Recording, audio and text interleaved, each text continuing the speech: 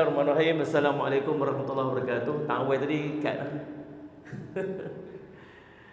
Alhamdulillah rabbil alamin wal aqibatu lil muttaqin wa bihi nasta'in ala umuri dunya waddin. Asyhadu an la ilaha illallah wa asyhadu anna sayyidana Muhammadan abduhu wa rasuluhu. Allahumma salli wa sallim ala habibil karim sayyidina Mustafa sallallahu alaihi wasallam wa ala alihi wa ashabihi wa man tabi'ahum bi ihsanin ila yaumiddin. Subhanaka la ilma lana illa ma 'allamtana innaka antal alimul hakim. Rabbi shrah li sadri wa yassir li amri wahlul 'uqdatam min lisani yafqahu qawli. Wa la haula wa la quwwata illa billah al-aliyyil azim. Amma ba'd.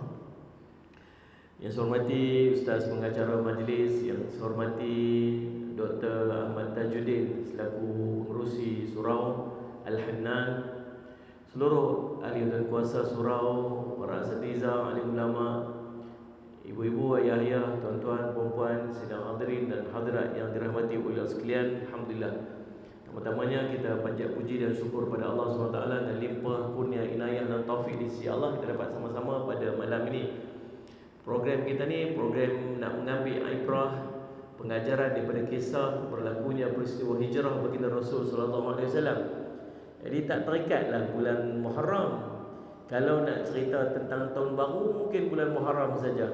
Tapi kalau nak ambil ibrah pengajaran peristiwa hijrah, Nabi SAW keluar planning Nabi SAW bermula bulan Muharram, Nabi SAW keluar bulan Safar, Nabi SAW sampai ke Madinah untuk bulan Rabiul Awal. Jadi banyak kisah yang berbulan dan peristiwa hijrahnya Nabi SAW tu jangan ambil tang hijrah saja. Bahkan dia bermula beberapa tahun sebelum daripada tu yang banyak pengajaran yang kita boleh ambil. Tuan-tuan, Allahumma salli ala Muhammad. Pertamanya tuan-tuan, kita kena ingat bahawa kalau kita nak kira kalender Islam ini, dia subhanallah bukannya bermula pada zaman Nabi sallallahu alaihi wasallam, bahkan pada tahun hijrah tu sendiri. Saya yakin tuan-tuan semua dah tahu dah. Sajalah kita nak refresh sikit. Allahumma salli Muhammad. Nabi sallallahu alaihi wasallam, Allahumma salli Muhammad, selepas kewafatan Nabi sallallahu alaihi wasallam, kekhalifahan ataupun pemerintahan digantikan oleh Sayyidina Abu Bakar radhiyallahu anhu sekitar 2 tahun. Kemudian mai zaman Sayyidina Umar radhiyallahu anhu, dan Sayyidina Umar radhiyallahu anhu memerintah sekitar 10 tahun. Apa yang berlaku pada zaman Sayyidina Umar radhiyallahu anhu tu, itulah yang mencetuskan kepada peristiwa tercetusnya usaha untuk bagi ada kalender Islam sendiri. Zaman tu dah ada kalender yang negara-negara besar macam Rom dah ada kalender dia, Parsi dah ada kalender dia. Bahkan kalender Siam sendiri, kalender Siam yang diguna di Thailand ni pun dah tahun 2600 lebih dah. Dia dah jauh lagi. Kita ni kalau kalender Masih 2022, 2024. Dia 265 something lah. Dia lagi advance lagi daripada kalender Masih ni. Jadi dah ada beberapa kalender.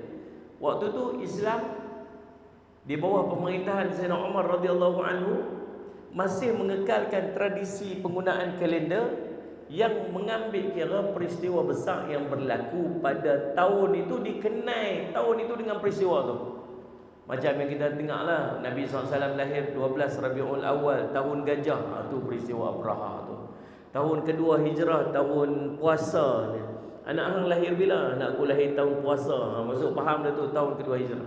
Cuma masalah dia tuan-tuan, peristiwa yang besar yang berlaku tu, dia orang kat situ mereka tahu lah. So mungkin dalam Jazirah Arab tu, kalau sekitar Mekah, Madinah tu mungkin boleh aware benda tu jadi kat mana, jadi kat Madinah, jadi kat Mekah. So orang-orang area tu masih boleh tahu kalau nak sebut nama tahu tu. Tapi kalau sampai ke Basrah, Iraq tu, 2000 km lebih tu, kalau sampai ke Mesir tu, dia orang susah nak tahu sebab berita tu mungkin tak sampai ke mereka. Kalau cerita 1 hari bulan Safar tahun puasa je tu, mungkin orang dekat Mesir tu, bila tahun puasa ni mereka tak tahu. Bila peristiwa perang ni, tahun ni jadi pada tahun perang tu. Perang tu bila kami tak tahu, perang tu jadi dia tak tahu. Sebab apa? Sebab peristiwa berlaku setempat je panggil. Oh, faham ke tak faham ni? Tuan-tuan jangan seriusnya. Tengok muka tuan-tuan serius nak risau ni tuan ni. Kan? Saya ni seronok nak main tuan-tuan lah, sebab saya ada busy tahun ni. Saya ni excited walaupun hari ni saya sibuk ni. Sibuk sangat hari ni, penat. Pasal besok kita ada program besar dekat madrasah tu. Allahumma salli ala Muhammad. Daripada pagi subuh tu sampai ke tengah malam. So kita ada kidam bikers gathering, ulung-ulung kali kita ada ni. Masya-Allah semua ini sibuk sangat. Tapi dengar Mizi nak main, Mizi panggil ni saya excited nak main ni. Main ni tahun 2017 tu. Main-main tengok muka tuan-tuan com, saya pun macam nak berhenti awal nampak dia. Baik, subhanallah. Baik, Allah SWT. Jadi subhanallah, tuan-tuan, jadi berlaku masalah komunikasi. Waktu zaman Sayyidina Umar radhiyallahu anhu, Allahumma salli ala Muhammad, Islam dah berkembang sampai ke 1/3 dunia.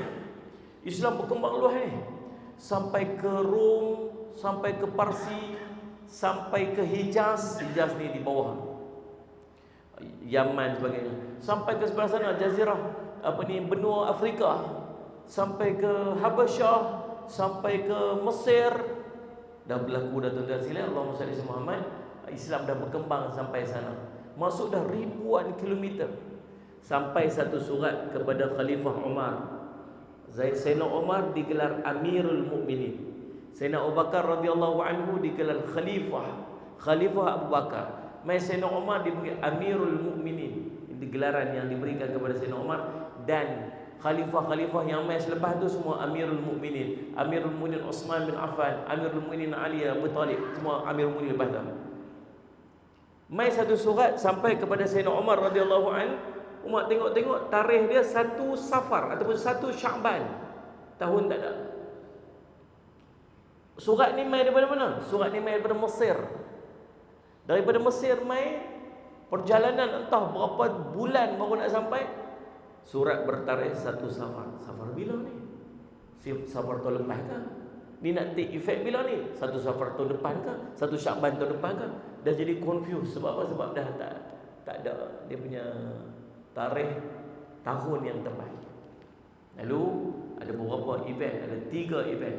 Dan ada salah satu surat yang dihantar oleh seorang governor yang duduk jauh.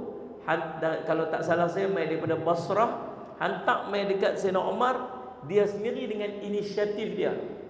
Dia tulis bertarikh berapa? Tahun Hijrah.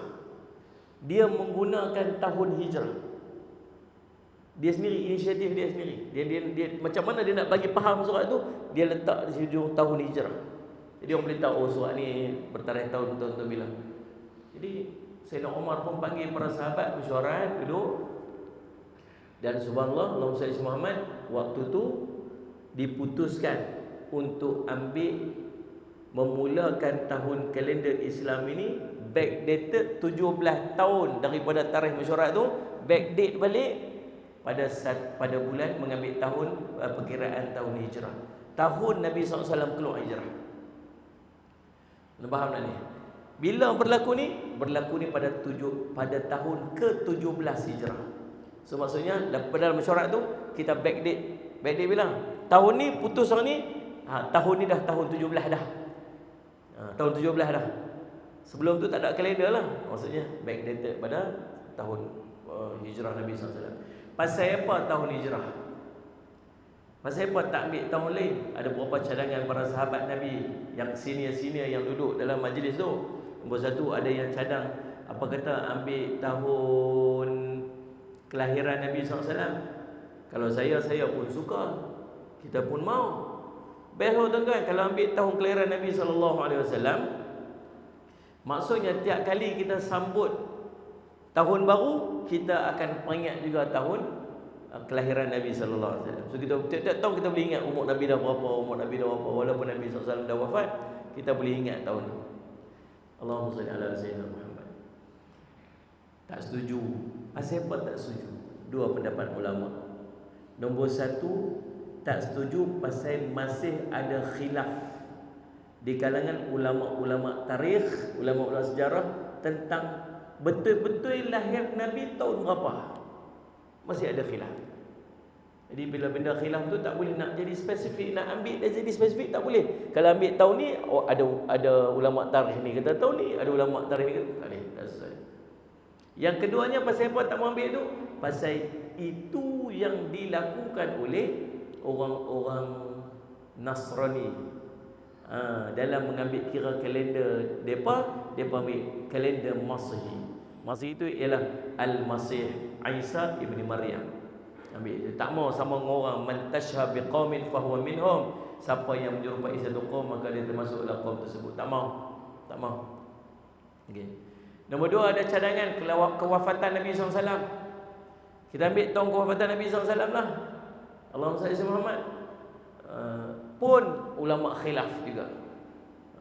Yang keduanya ada seperti mana amalan setengah daripada agama yang meraihkan kewafatan orang-orang penting daripada kalangan mereka yang mereka jadikan sebagai hari-hari kebesaran. Oh tak mau juga, tak mau. Saudara Muhammad. Ada yang mencadangkan tarikh kerasulan, ada yang mencadangkan beberapa cadangan yang lain, tapi dipersetujui tahun hijrahnya Nabi sallallahu alaihi wasallam. Sebab apa? Yang pertama, memang depa aware sungguh, dah faham dah tahun tu bila, tahu dah, tak ada khilaf dah. Kita semua terlibat, kita pun tahu bila benda tu berlaku. Satu. Nombor 2, impact daripada hijrah tu besar sangat pada Islam. Impact daripada hijrah tu, Islam berkembang sampai ke Rom, sampai ke Parsi. Pasal apa berkembang tu? Bila berlakunya hijrah.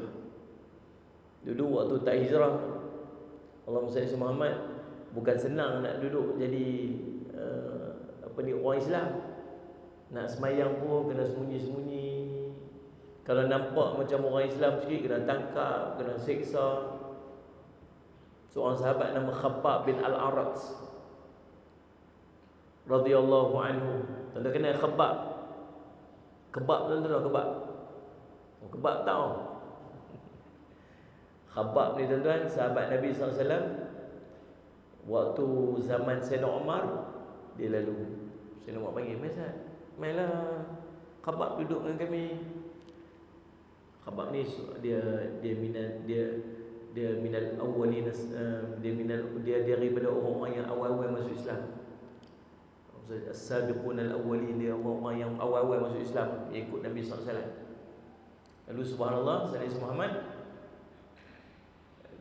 dia hampak kain rida dia, duduk. Khabbab duduk tepi dia. Dia kata, "Wahai Khabbab, ceritalah dekat kami semua, kami nak dengar kisah dulu waktu kita dulu kena siksa, waktu kita kena siksa dekat Mekah dulu ni." Dia kata, "Allahumma salli Muhammad, malulah, tak payahlah lu cerita ke orang. Tunjuklah, kami nak tahu, ceritalah sikit." Bila dia paksa-paksa, dia tak cakap banyak, dia pusing belakangnya. Dia angkat baju dia, semua orang terkejut tengok belakang dia tu tinggal tulang-tulang saja. Daging-daging dah tak ada lah. Pasal apa Khabbab, apa yang berlaku? Dia kata, "Dulu ni dia pun letak bara banyak, panjang-panjang macam tu.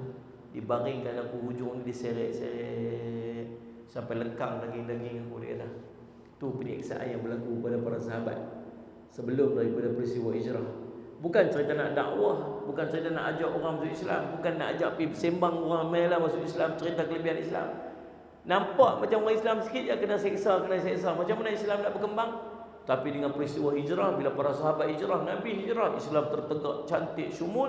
Daripada situ dakwah berkembang dan akhir. Maksud impact daripada hijrah ni sangat besar.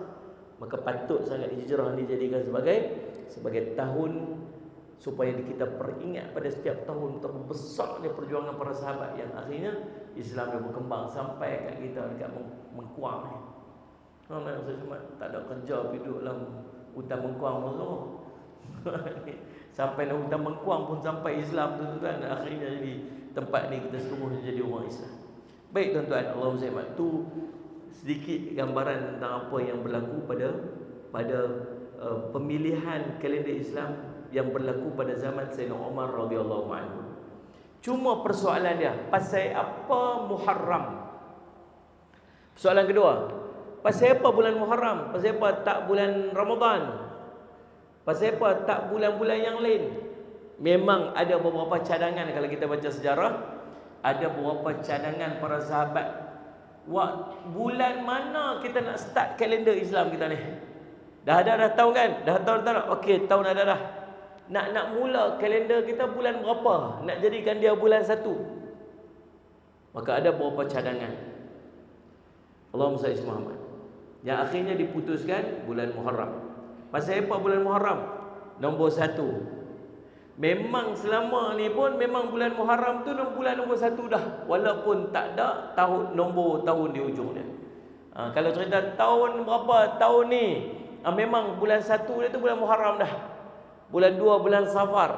Bulan 3 Muharram, Safar, Rabi. Kena menyanyi pun ingat. Kalau tak menyanyi kita berjumpa. Muharram, Safar, Rabi Awal, Rabi Akhir. Betul? Rabi Awal, Rabi Akhir. Tahiyat awal, tahiyat akhir. Betul bagi salam.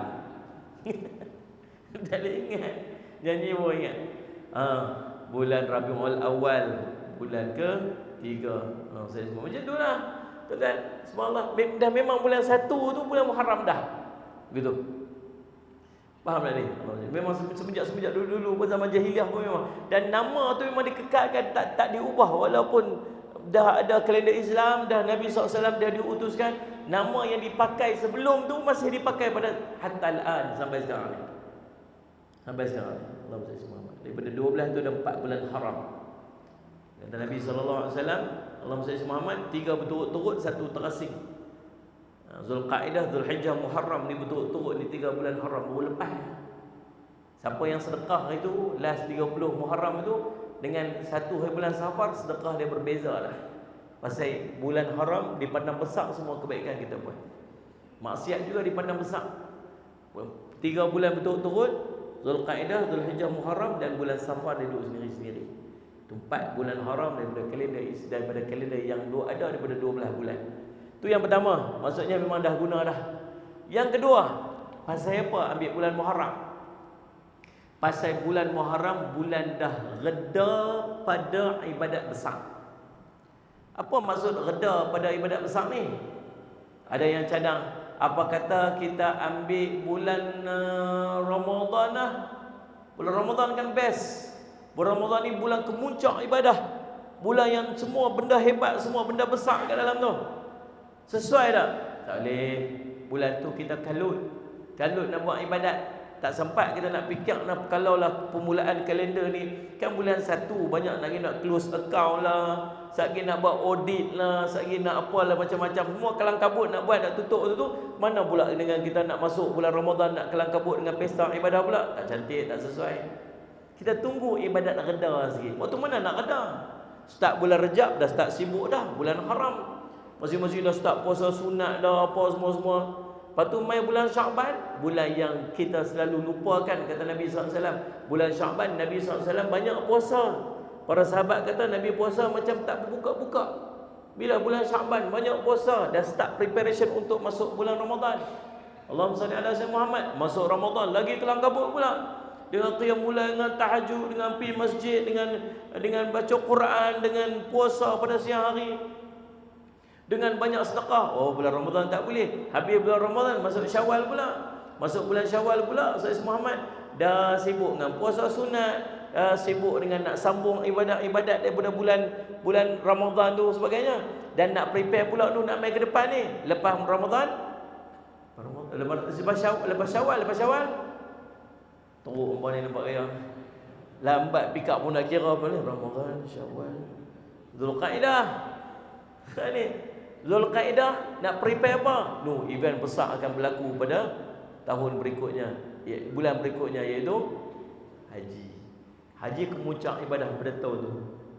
Tuan-tuan boleh bayang kalau nampak sequence dia, mai tahun hujung tahun tu, seluruh orang Islam daripada seluruh dunia pergi berhimpun. Dia pergi event paling besar sekali. Faham tak ni? Allah SWT. Kalau satu majlis satu dia panggil apa? Liqa tahunan. Kita ada berapa liqa? Liqa ni masuk perhimpun. Kita berapa pertemuan? Istimak ni masuk perhimpunan. Kita ada berapa istimak? Yang pertamanya istimak harian. sehari 5 kali berjumpa ni yang lelaki-lelaki je. Sehari 5 kali berjumpa. Waktu mana? Main jemaah. Berjumpa ramai-ramai sehari 5 kali. Orang perempuan afdal buat kat rumah. Lagu mana pun dia afdal buat kat rumah. Dia boleh main masjid? Boleh. Dapat pahala tak? Boleh. Dapat kelebihan tak? Dapat. Kalau main jemaah kat masjid, dapat kelebihan main jemaah masjid tak? Dapat. Tapi main kat rumah kat masjid afdal? Tetap di rumah. Lagu mana pun di rumah untuk orang perempuan. Orang lelaki masjid. Liqa harian. Berapa kali sehari? 5 kali sehari. Nombor 2, liqa mingguan. Pertemuan mingguan. Bila? Jumaat. Dia pun orang lelaki je. Orang lelaki je main pun setiap hari Jumaat main jumpa pakai putih semua, pakai minyak wangi, mizi semua. Lepas tu mau pekat pi. Maaf dah ni. Lepas tu pergi salam-salam, buka sedekah, apa buat kenduri. Saya pi tuan-tuan sekalian. Allahumma salli Muhammad. Di mana tuan? Di Utopia. Utopia best tuan-tuan, Utopia. Utopia ni Habasyah. Kita pergi buat program bersama TV Al-Hijrah. Waktu tu saya jadi host program ayat riwayat macam Jejak Rasul TV3 lah, tapi dia versi TV Al-Hijrah. Saya jadi host. Pergi sampai terpuncak bukit tu. Sampai kat satu puncak gunung, kami jumpa satu perkampungan orang Islam. Nak tahu orang kampung Islam tu dia ada masjid. Masjid dia tuan-tuan sempoi. Masjid tuan-tuan ni kira kalau dapat kat dia ni kira istana lah. Surau tuan-tuan ni hebat surau tuan-tuan ni. Cantik tuan-tuan. Subhanallah. Hebat lah. Orang sini kaya-kaya dia ni. Subhanallah. Dinding dia tuan-tuan tanah. Dinding tanah diselit-selit dengan apa ni, ranting-ranting kayu tu. Dia buat ranting kayu tu, sela-sela ranting kayu tu, dia ambil tanah, dia lepas dia jadi dinding tanah. Bumbung dia daripada macam tu ke sela-sela ranting-ranting kayu, letak saya semua daun-daun rumah. Sejuk, cantik. Yang tahu kata masjid sebab atas dia ada bulan bintang tu. Comel duduk tu. Kita pun kebetulan hari tu hari Jumaat.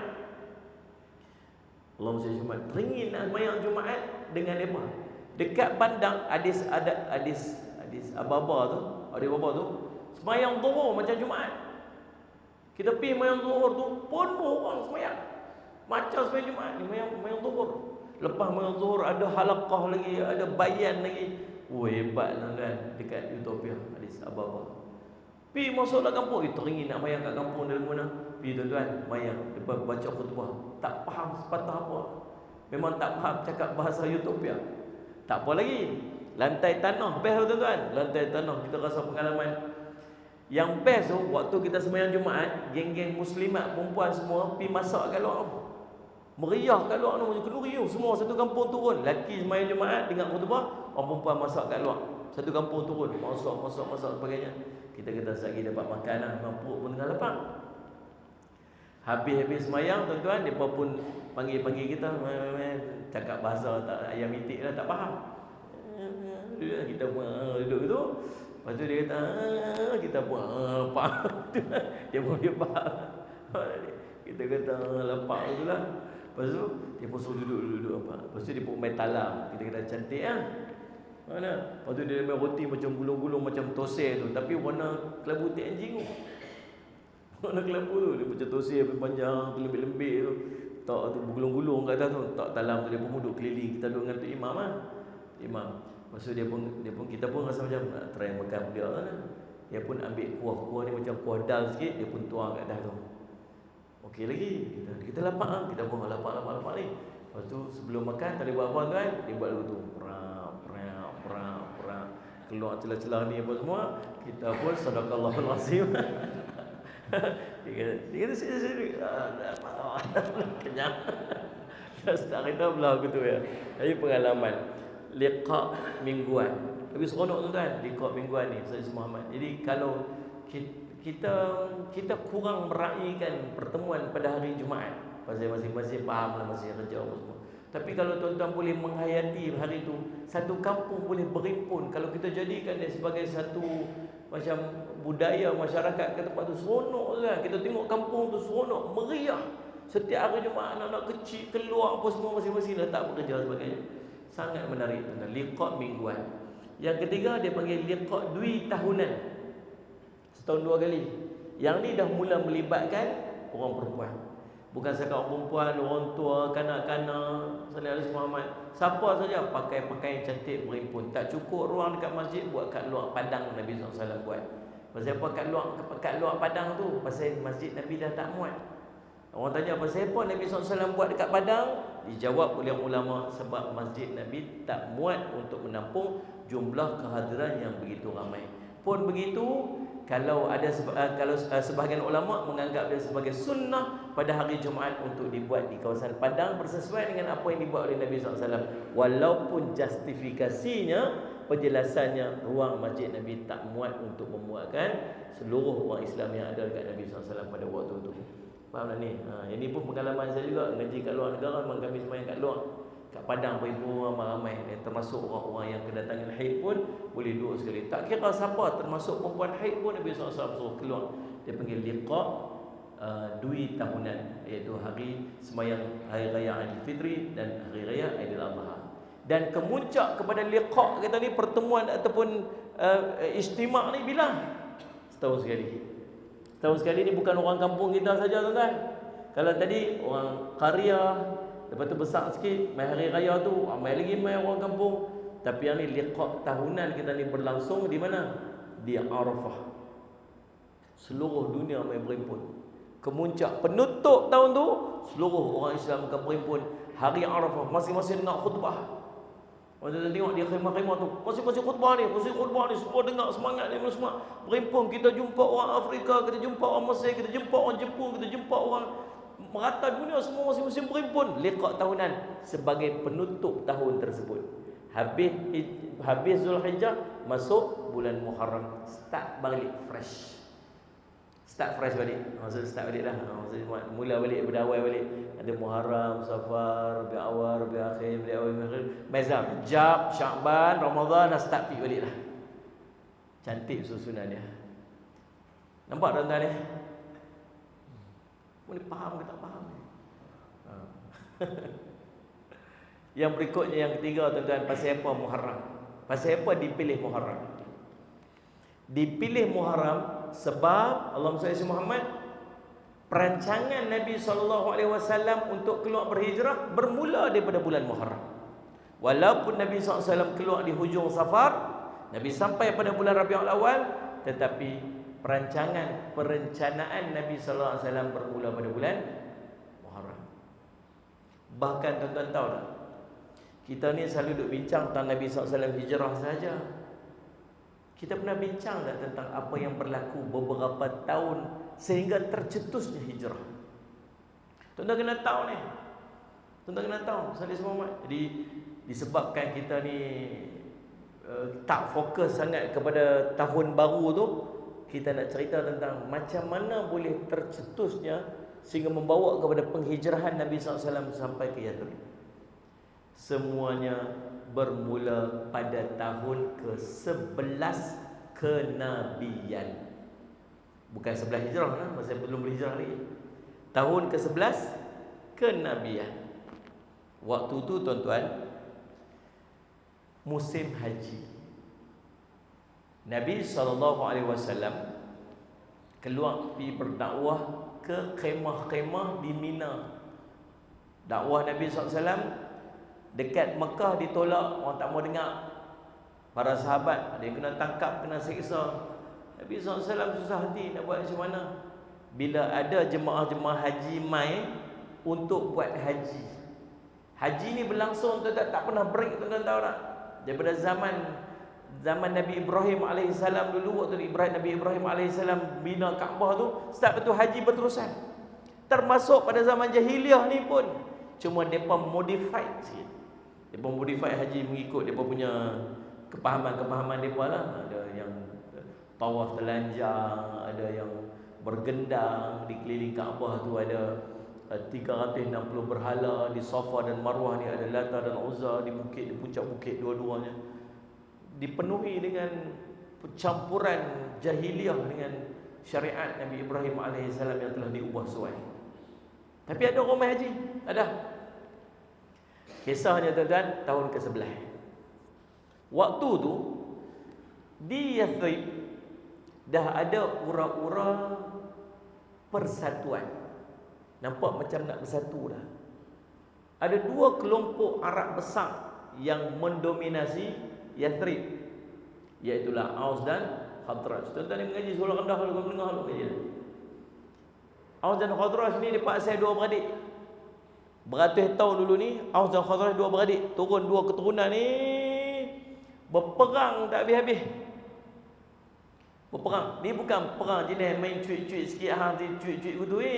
Ni kira perang-perang, kira tikam mati ni. Kira masuk perang mati ni. Perang lagu tu.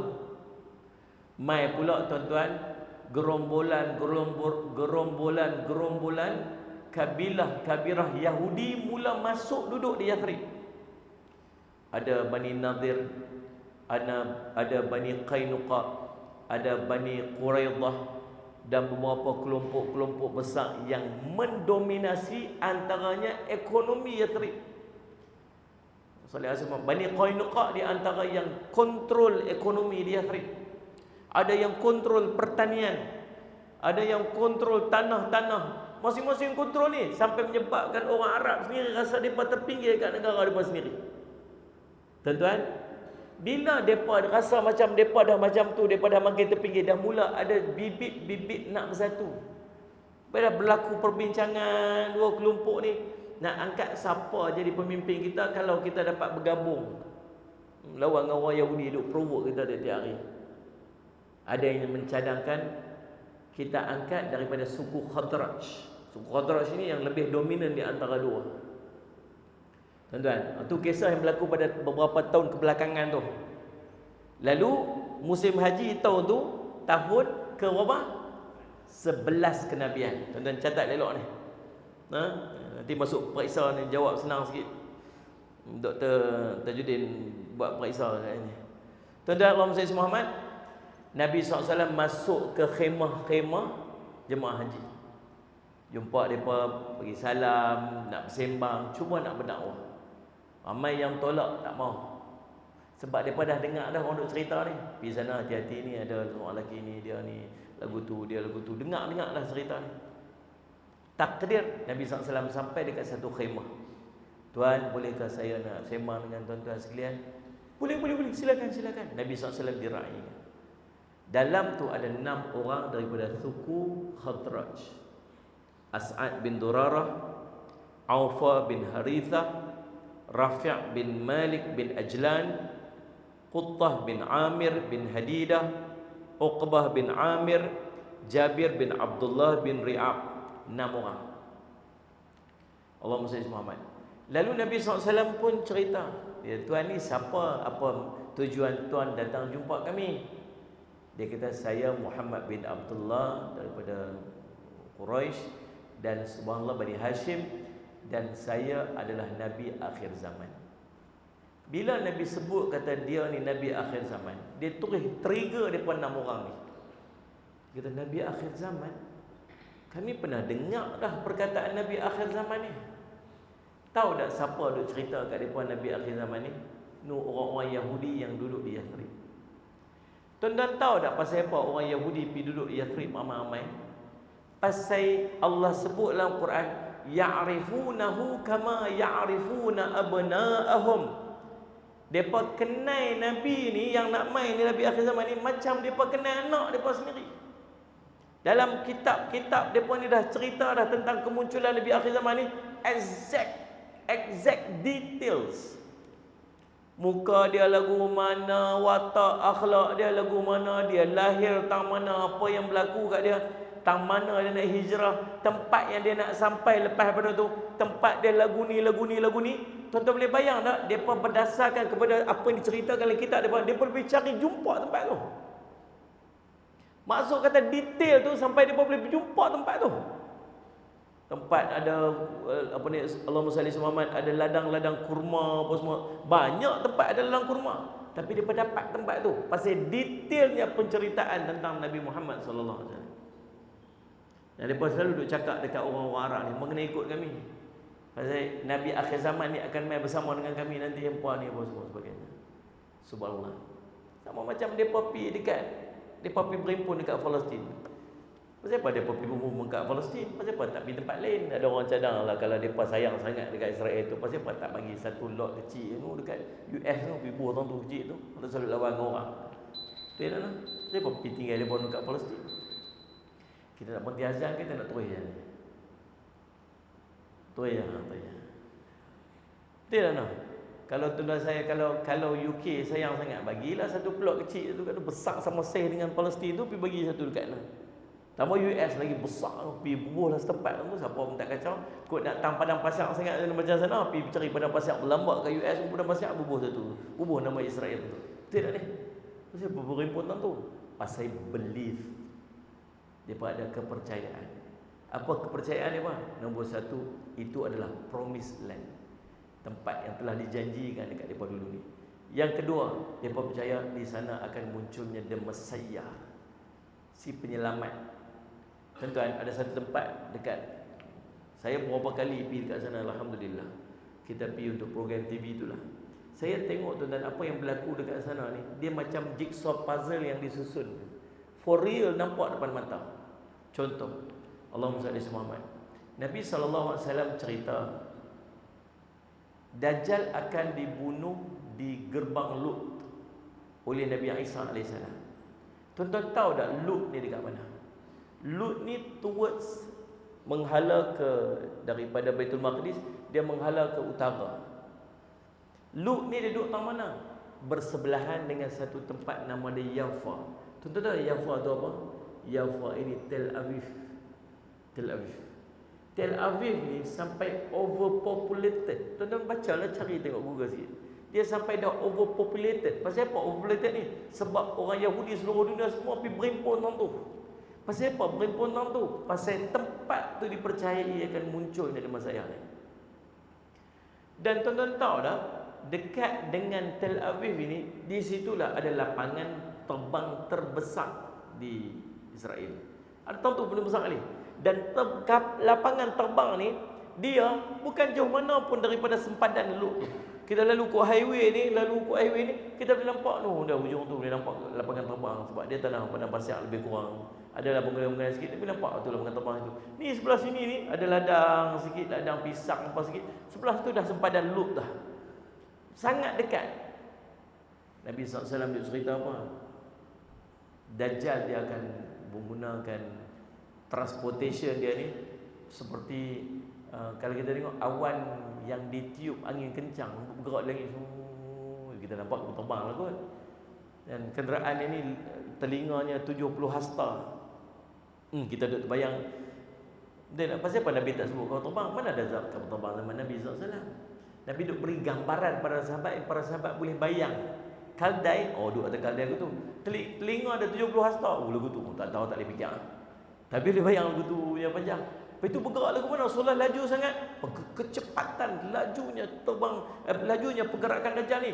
Macam kamu tengok awan ni tiup angin, nampak? Kita nampak bergerak lagu tu. Tapi laju kat atas tu. Tu kapal terbang. Kita nampak lagu tu lah. Kalau macam tu, lapangan terbang ada kat situ, boleh jadi tak waktu berlakunya pertemuan di antara Nabi Isa AS di mana? Di Syria, di Damsyik.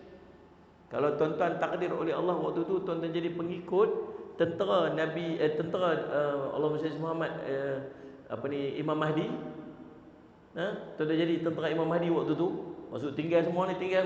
Pergi tu hijrah tu, pergi duduk Baitul Maqdis tu, pusat pemerintahan Islam tu di Baitul Maqdis. Faham tak ni? Berlaku perang, ada beberapa perang, siri perang waktu tu. Tuan-tuan pun masuk dalam perang tu sekali. Perang lawan, kita bergabung dengan tentera Rom. Tahun ni for real lah tuan-tuan.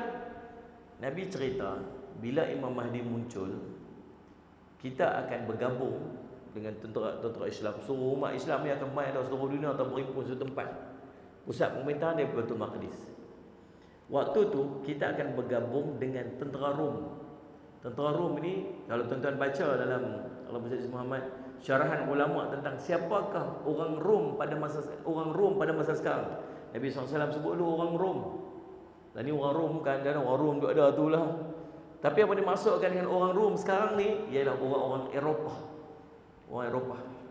Kita akan bergabung dengan kelompok Eropah ni, satu grup yang kita akan lawan musuh dia. Peperangan ni sangat besar waktu tu. Tuan-tuan, kalau kita tengok apa yang berlaku dekat Palestin ni, dia macam signifikan dengan apa yang Nabi SAW dia cerita. Dan memang ada dua kelompok besar ni, satu menyokong daripada ni, satu tak menyokong kelompok ni. Dan apa yang akan berlaku ialah Imam Mahdi akan pergi dekat sana. Imam Mahdi akan membebaskan Baitul Maqdis dan kita akan duduk berpusat di Baitul Maqdis. Yang sahabat kita tengah duduk tebas lah ni. Sahabat-sahabat kita akan duduk menebas ni. Dia akan berlaku pembukaan tu. Dan subhanallah, waktu tu boleh jadi kelompok dunia besar ni, yang beberapa kelompok yang bergabung jadi satu kelompok besar. Ada dua kelompok kan ni kan? Betul tak ni? Satu kelompok yang menyokong, satu kelompok yang tak menyokong. Nampak macam dah start nak angkat senjata dah ni. Jadi kalau berlaku macam ni, maksudnya tentera Islam benarlah sebagaimana Nabi SAW cerita, tentera Imam Mahdi akan bergabung dengan satu kelompok daripada tentera Rom yang menyerang. Kita akan perang dengan satu kelompok yang lain. Memang nampak macam jigsaw puzzle tu tuan-tuan. For real nampak macam disusun tu nampak. Subhanallah. Dulu orang Yahudi pergi duduk Yathrib, masa mereka dah baca dah. Guru-guru ulama mereka duduk cerita dah. Di sinilah akan muncul Nabi akhir zaman sebagainya. Duduk cerita, mereka duduk cerita kat orang Arab. Ni kena ikut kami. Pasal nanti Nabi akhir zaman akan muncul daripada kalangan kami, kata orang Yahudi. Jadi orang Arab ni melekatlah kepala mereka. Oh, nanti Nabi akhir zaman akan muncul, Nabi akhir zaman akan muncul. Main-main puk mereka jumpa. Bila mereka jumpa, mereka kata apa? Betul dah. Sebelum orang Yahudi sign orang, mari kita sign dulu. Daripada orang Yahudi jumpa, baik kita ikut Nabi dulu, ikut Nabi akhir zaman dulu. Mereka pun akhirnya masuk Islam, 6 orang. 6 orang ni jumpa, bukan sempat duduk kuliah tiap-tiap malam dengan Nabi SAW pun. Mereka pergi urusan haji tu, takat tu je jumpa Nabi. Tak ada sirah cerita berapa lama mereka duduk dengan Nabi SAW. Yang cerita hanya pertemuan pada malam tu je dengan Nabi SAW. Agak-agak apa mereka buat tuan-tuan? Mereka balik, mereka start dakwah dah. Takat mana yang mereka tahu je. Balik ke Yathrib, apa yang mereka tahu? Kami dah berjumpa Nabi akhir zaman. Kami dah kenal Nabi akhir zaman. Kami dah ikut Nabi akhir zaman. Pergi duk cerita yang tu je. Pergi kat rumah ni, hantar dak kan orang Yahudi duk cerita Nabi akhir. Kami jumpa dah. Memang kami jumpa dah. Akhlak dia lagu ni, perangai dia lagu ni, dia cerita kat kami lagu ni. Tekat tu ya. Sembang dengan orang. Tuan-tuan tahu tak? Membawa pada tahun ke berikut dia. Tahun berapa? 12. Tahun berikutnya, tuan-tuan tahu tak? 12 orang pergi berjumpa dengan Nabi SAW. Juga pada musim haji. Di mana? Di Mina tu juga. Allahumma salli ala sayyidina Muhammad. Daripada 12 orang tu, 5 orang yang tahun lepas mai, tahun ni seorang tak mai. Tambah lagi dengan 7 orang. 12 orang semua. Dan pada malam itu, salah satu daripada malam Allahumma salli ala Muhammad, pada musim haji itu, dia pergi berjumpa Nabi SAW di Aqabah. Aqabah dekat dengan Mina lah. Tak mana Aqabah ni macam duk biasa dengar. Dia ada Jamrah Aqabah. Jamrah Aqabah juga dikenal sebagai Jamrah yang berapa? Kubra. Jamrah ada 3 kan? Tahu Jamrah meluntak. Dia tak tahu bahasa Arab jumpa orang. Nak pergi kedai apa kedai tak tahu kedai. Ya. Nak pergi kedai mana? Jamrah. Ke Jamrah sana? Tak. Fulus Jamrah. Melontak duit kita nak pergi kedai. Jamrah Al-Ula atau Sughra, Jamrah Wusta dan Jamrah Kubra ataupun Jamrah Aqabah. Tentulah berlaku pertemuan. 12 orang ni jumpa Nabi SAW, kemudian berjanji setia dengan Nabi SAW. Dia masuk Islam, kemudian berjanji setia. Peristiwa itu digelar Bai'atul Aqabah Al-Ula. Perjanjian Aqabah yang pertama. Tahun berapa? Tahun 12. Balik geng-geng ni, nak balik sana. Minta kat Nabi, ya Rasulullah, boleh dah hantar kat kami siapa-siapa yang boleh pi cerita kat kami tentang Islam. Cerita kat kami nak buat ibadat lagu mana. Ajak kawan-kawan adik-adik beradik kami untuk masuk Islam. Kami tak pandai cerita. Boleh tak Rasulullah? Nabi SAW tengok para sahabat yang duk ada. Ramai para sahabat yang bagus-bagus untuk hantar pi. Yang senior-senior. Sayyidina Abu Bakar ada, boleh tak hantar Sayyidina Abu Bakar pi? Boleh. Hantar Sayyidina Umar boleh pi? Boleh. Sayyidina Osman pernah pi mana? Sayyidina Osman pernah hijrah pi Habasyah. Bawa jemaah pi, pindah pi Habasyah tu, jauh tuan. Saya nitik yang mata. Sampai ke Habasyah tu, memang nitik yang mata tuan. Tengok perjuangan para sahabat. Depa keluar pi Habasyah tu naik sampan. Lintas laut mati tuan. Daripada Jeddah tu, daripada Mekah berjalan kaki malam-malam ni tuan-tuan, pi sampai Jeddah, Jeddah ada port. Lintas pi tu laut mati tu. Antara benua Arab dengan benua Afrika ni. Naik kapal tu lintas pi sana sampai dekat Pulau Dahlak dekat Eritrea. Daripada Pulau Dahlak tu nak pergi Aksum. Aksum ni tempat Raja Najasyi tu lebih 1000 km yang perjalanan bukit bukau tu. Depa mana ada bawa unta apa. Tuan-tuan, kita sampai menangis kan. Ya-Allah hebatnya. Pasal apa? Nak jaga akidah. Selalu orang sebut para sahabat Nabi hijrah ke Habasyah. Ingat hijrah pertama ke Habasyah tau. Ada 2 grup yang pergi Habasyah tau. Sebelum berlakunya hijrah ke Madinah, ada para sahabat dah hijrah ke Habasyah lah. Ja'far At-Tayyar, Ja'far bin Abi Talib sampai sana. Lagi siapa? Osman, Sayyidina Osman bin Affan radhiyallahu anhu pernah pergi sampai sana. Oh tuan-tuan, Allahumma salli Muhammad. Salah seorang dia siapa? Nama dia Mus'ab bin Umair radhiyallahu anhu yang pergi sana kat budak muda ya. Tuan-tuan semua, Allahumma salli Muhammad. Lalu subhanallah, Nabi SAW tengok para sahabat. Oh siapa ada? Nabi cadang 2 orang untuk pergi. Seorang nama dia Mus'ab bin Umair radhiyallahu anhu. Mus'ab bin Umair ni tuan-tuan, dia ni anak muda, budak muda lagi. Bukan sempat lama mana pun duduk dengan Nabi, pasal dia ikut jemaah pergi Habasyah. Baru balik. Bukan sempat mengaji betul-betul dengan Nabi SAW lagi. Tapi dia qari, baca Quran sedap. Budak muda, muka segak. Dia asal anak orang kaya. Antara orang terkaya di Mekah, dahlah kaya, segak. Nabi kata tak ada orang pakai minyak wangi-wangi je dah. Cerita kalau pakai iPhone tu kot dia lah paling advance sekali dia pakai. Orang tak pakai dia pakai dah ni. Cerita memang budak kaya sungguh. Tapi bila dia masuk Islam, keluarga dia buang. Bukan keluarga dia buang, dia lari pada keluarga dia. Waktu dia meninggal dalam perang Uhud, Nabi punya teriak. Nabi kata apa? Tengok budak ni dulu waktu dia masuk Islam, dia budak yang sangat kaya, sangat hebat. Sekarang ni waktu dia mati, ambil kain dia tutup kaki dia, kepala nampak, tarik kepala, tutup kepala dia, kaki nampak, ambil daun rumput tutup. Muka pun dah erah Nabi SAW dah. Dia punya nak tiru Nabi ni sampai waktu dia kena bunuh tu, orang kata Muhammad dah mati. Sampai macam tu Mus'ab bin Umair radhiyallahu anhu. Mus'ab bin Umair pergi, saya ya Rasulullah, kalau kita lah tuan-tuan pergi dakwah kat sana, itulah bukan tak mau pergi lagi, itulah mengaji pun tak apa nak reti lagi, tak apa nak pandai cerita apa kat sana agak yang lagu tu lah kita. Orang kedua tahu siapa? Nama dia Abdullah bin Umi Maktum. Siapa Abdullah bin Maktum ni? Orang buta. Seorang anak muda, seorang lagi orang buta.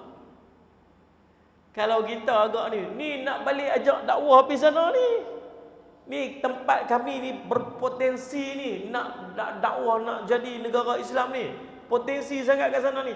Takkanlah nak hantar budak muda dengan orang buta ni. Betul lah. Hantarlah yang kemas-kemas sikit. Tu Syekh ni ke? Saya nak bakar.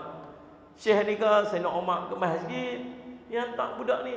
Tapi mereka ni percaya dekat Nabi. Sami'na wa ata'na. Kami dengar, kami taat. Baiklah Rasulullah bawa pergi. Rupanya sungguh. Batu di antara orang yang punya jasa besar yang membawa kepada peristiwa hijrahnya ya Nabi SAW, yang akhirnya Islam berkembang sampai seluruh dunia sampai hari ini. Dan lah ni Islam menjadi agama yang paling besar pergerakannya, perkembangannya di seluruh dunia. Nombor satu lah ni. Tak mustahil satu hari nanti Islam akan jadi agama terbesar dalam dunia. Sebab dia punya proses pengembangan dia sangat drastik, sangat cepat lah ni. Punca dia siapa? Mus'ab bin Umair radhiyallahu anhu, anak muda ni. Tuan-tuan, Mus'ab pun ikut di sana.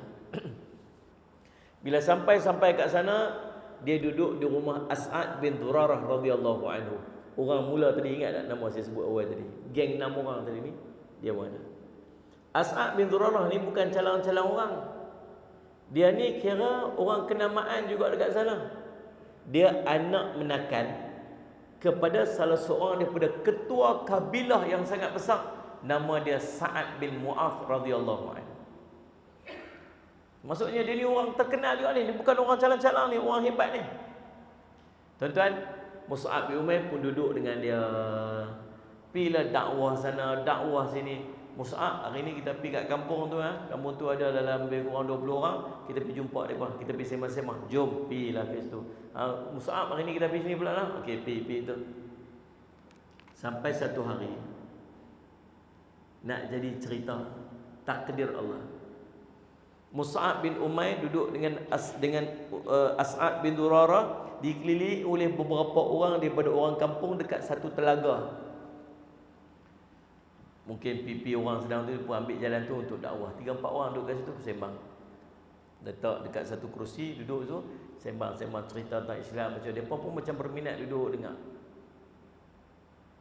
Jauh di hujung kampung tu ada satu pesta perhimpunan. Ramai kampung, orang kampung duduk kat situ.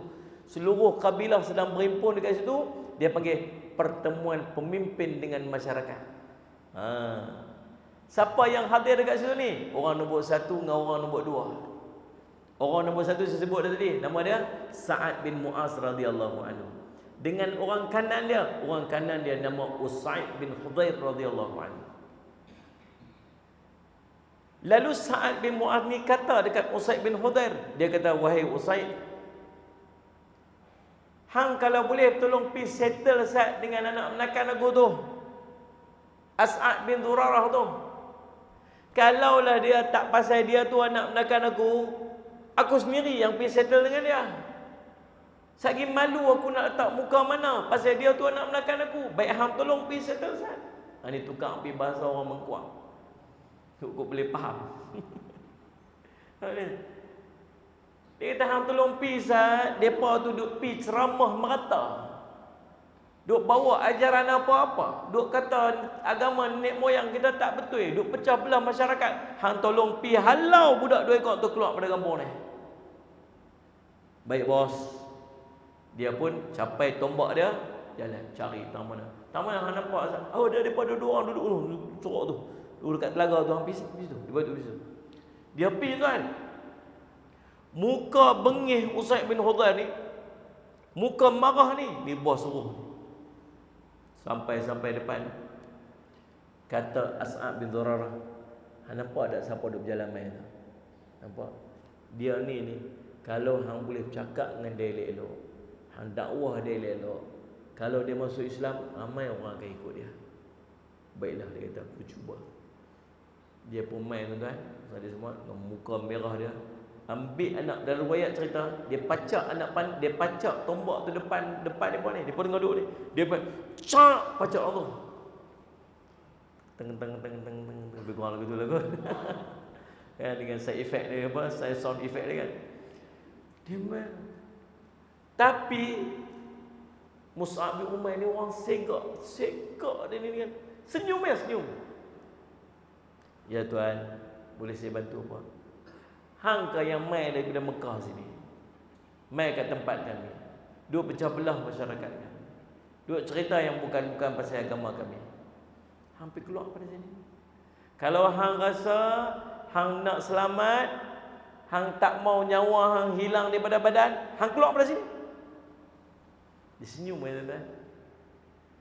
Oh subhanallah. Dia kata, tuan, apa kata tuan duduk dulu. Tu dia tuan-tuan. Kalau saya duduk orang tu, dia main berjalan-jalan ni, pacak tombak tu, hang keluar pasal ni.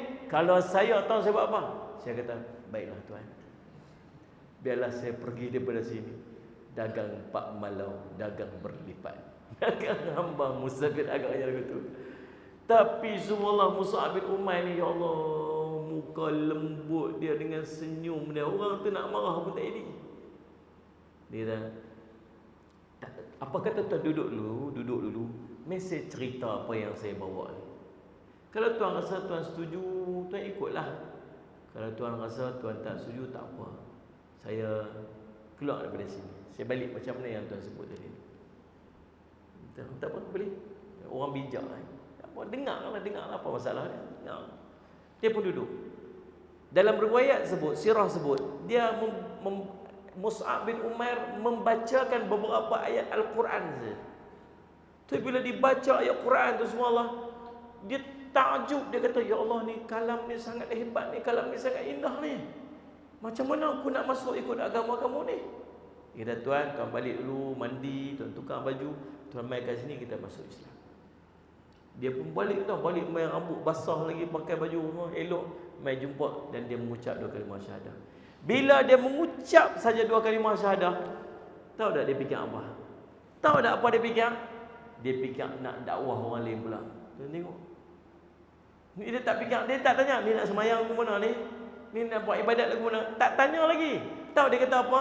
Dia kata, tuan, saya dah masuk Islam ni. Tu dekat sana tu ada bos saya tu. Dia ni orang nombor 1. Kalau dia masuk Islam, semua orang kabilah ni akan masuk Islam kan. Tapi macam mana nak bawa dia main ni? Tuan-tuan tak fikir kan tadi bos dia suruh dia buat apa? Suruh halau dia orang ni. Tuan-tuan boleh bayang tak? Macam mana kalau aku balik biar mak kata aku masuk Islam ikut depa? Cari mampus dia buat. Macam mana nak buat ni? Dia fikir macam mana aku nak buat ni? Macam mana nak, takkan nak ajak kata, ajak. Dan dia kata, tak apa, saya ada satu idea. Dia nak buat cempera sikit. Dia pun balik, dia buat muka kelang kabut sikit. Macam mana Ustaz, hang dah halau daripada, hang dah habaq daripada. Aku dah habaq dah, macam mana yang tuan suruh, saya dah suruh dah. Depa ikut, depa tak ikut tu tak tahu. Cumanya tadi saya dengar ada berita duk mai. Apa berita? Dia ada satu kabilah, depa on the way nak mai, dah nak hampir sampai dah tu. Depa nak bunuh anak melakan hang pasal duk buat benda ni. Depa nak sampai tu, dia buat cerita. Aku bukan apa, aku takut sekali kalau dia bunuh budak ni, apa mau sekali jadi kecoh antara kabilah yang malu hang. Tu kan nak menakan hang. Kita betul juga. Hampir cepat settle dengan depa. Itulah cerita dia.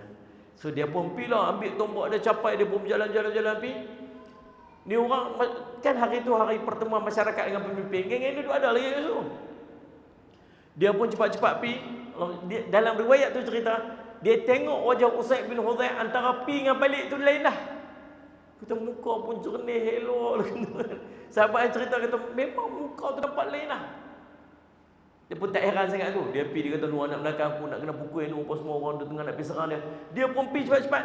Dia sampai tengok dua orang tu duduk relax ya. Dia kata kena getah dah aku ni. Dia memang aku ajak suruh dia ni. Saja cari pasal ni, apa siapa dia suruh aku main ni.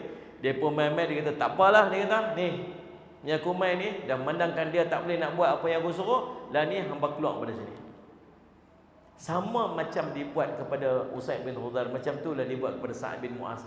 Dia kata, tuan duduk Sa'ad, bagi saya cerita. Dia ni orang bijak. Dia dengar. Kata baiklah, dia duduk.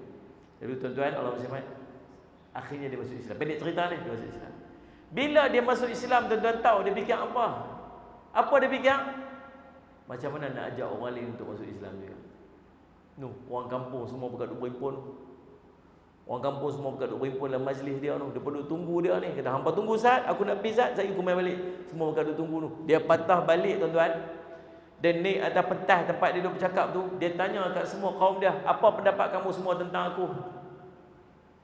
Kamu orang baik, kamu pemimpin yang baik, kamu jaga kami dengan baik, kami sangat sayangkan dekat kamu, kami sangat percayakan dekat kamu. Bagus. Mulai hari ini, Aku haramkan semua daripada kamu untuk bercakap dengan aku. Sepatah pun tak boleh bercakap dengan aku, melainkan dia mengucap 2 kalimah syahadah masuk Islam. Tuan-tuan, semua orang masuk Islam hari itu, kecuali seorang aja. Seorang ni pun dia teragak-agak nak masuk Islam. Dia tak masuk Islam, tapi dia masuk Islam pada hari perang Uhud. Hari perang Uhud tu, tengah perang tu, dia masuk perang tu, dia masuk Islam, dia terus masuk perang dan dia syahid. Orang yang tak masuk Islam hari tu. Allah SWT. Tu nak abang tuan-tuan. Daripada situ membawa kepada tahun ke-13 Hijrah. Jadi tahun apa? 12 berlaku bai'ah yang pertama. Bawa pada tahun ke-13 Hijrah 73 orang dalam riwayat sebut bertemu dengan Nabi pada musim haji. Musim haji bulan berapa? Zul Hijjah. Dalam kalender dia bulan ke berapa? 12. Ni musim haji. Juga di Aqabah. Pelan-pelan kita keluar malam ni. Kita akan keluar pukul berapa. Kalau ada di kalangan kita yang tak terjaga, jangan kejut dia. Semua keluar senyap saja. Standby, pukul berapa pagi kita akan keluar. Jangan bagi bunyi apa-apa pun. Jangan kejut siapa-siapa. Siapa telina, jangan duk gerak dia. Keluar senyap aja bi.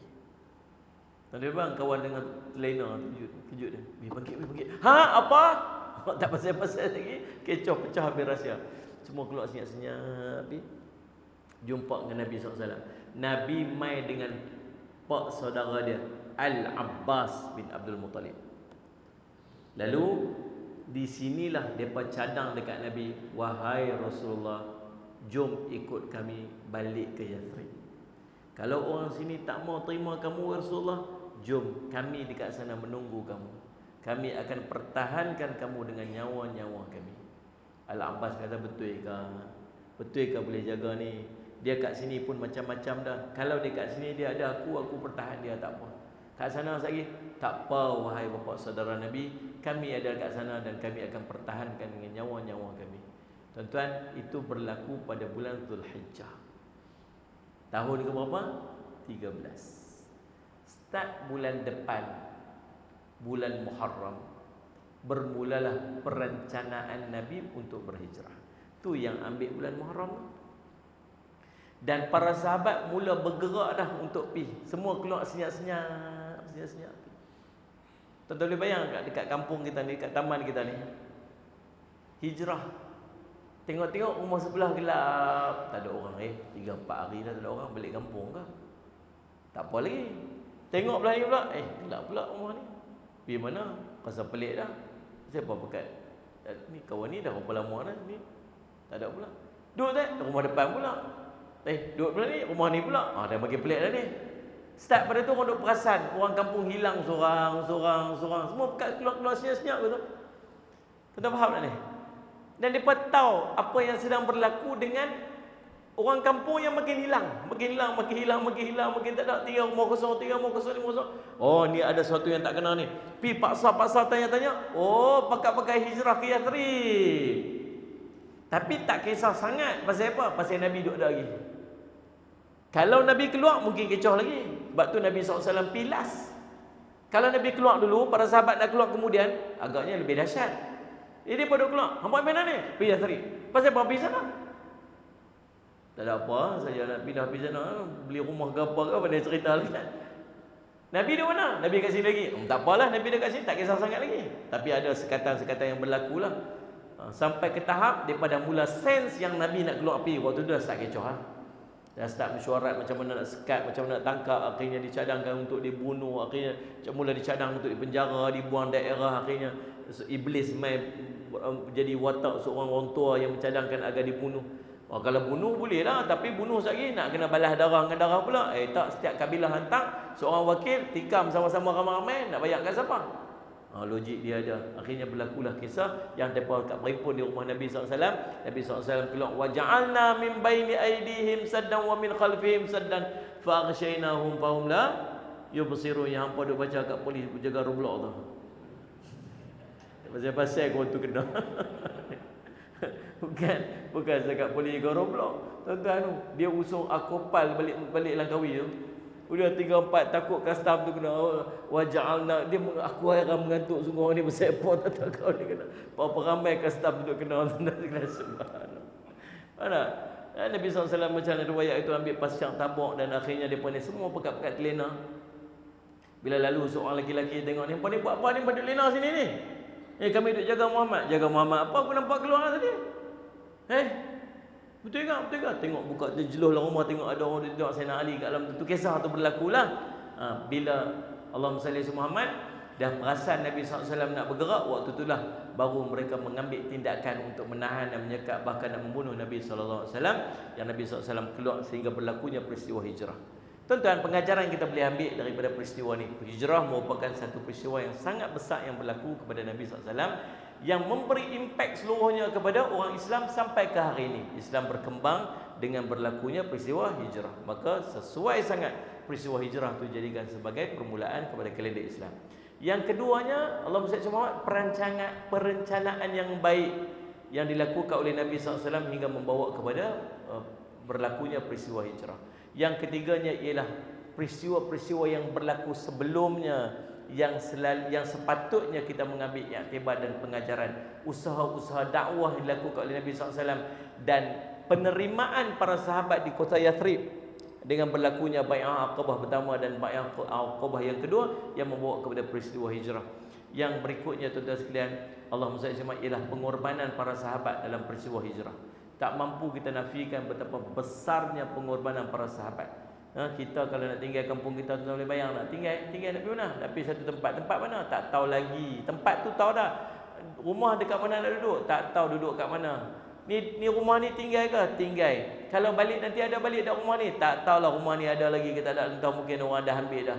Kenderaan kena tinggal ke? Tinggal. Sana ada kenderaan ke? Tak tahu.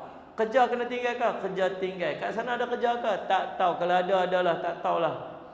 Kalau pi ni selamat ke? Tak tahu, mungkin separuh perjalanan tu nanti akan ditangkap, akan dibunuh sebagainya. Agak-agak kalau kita memang tak pi dah.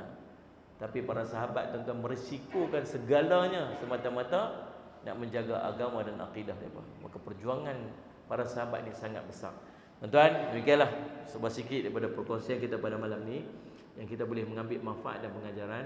Mudah-mudahan insya-Allah peristiwa hijrah ni akan sentiasa bagi ibrah dan pengajaran dekat kita. Setiap tahun cerita bawa cerita tak habis ada hijrah ni.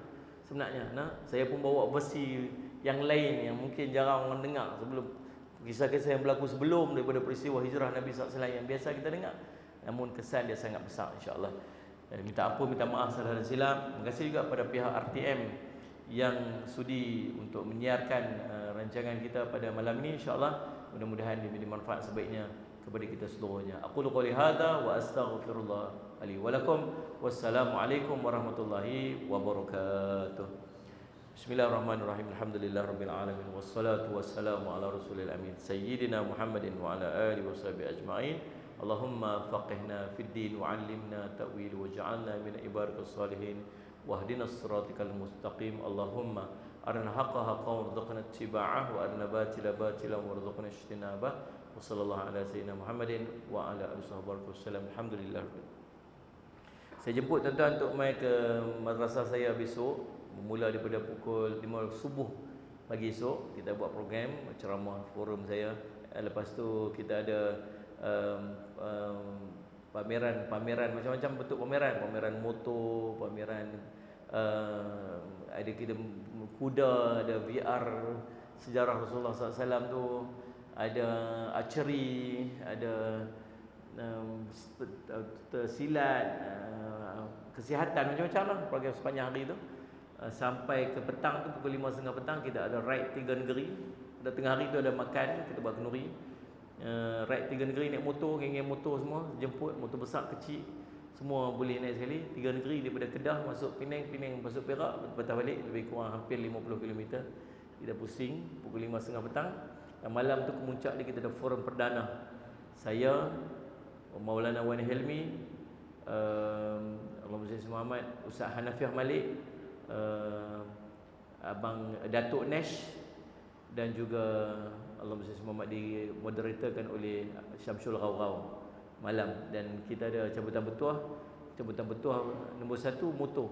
Kita bagi motor, insya-Allah. Jemput semua ke Kompleks Islam Darul Faizin esok seharian, insya-Allah. Kalau tak ni pun main malam pun tak apa. Wallahu a'lam.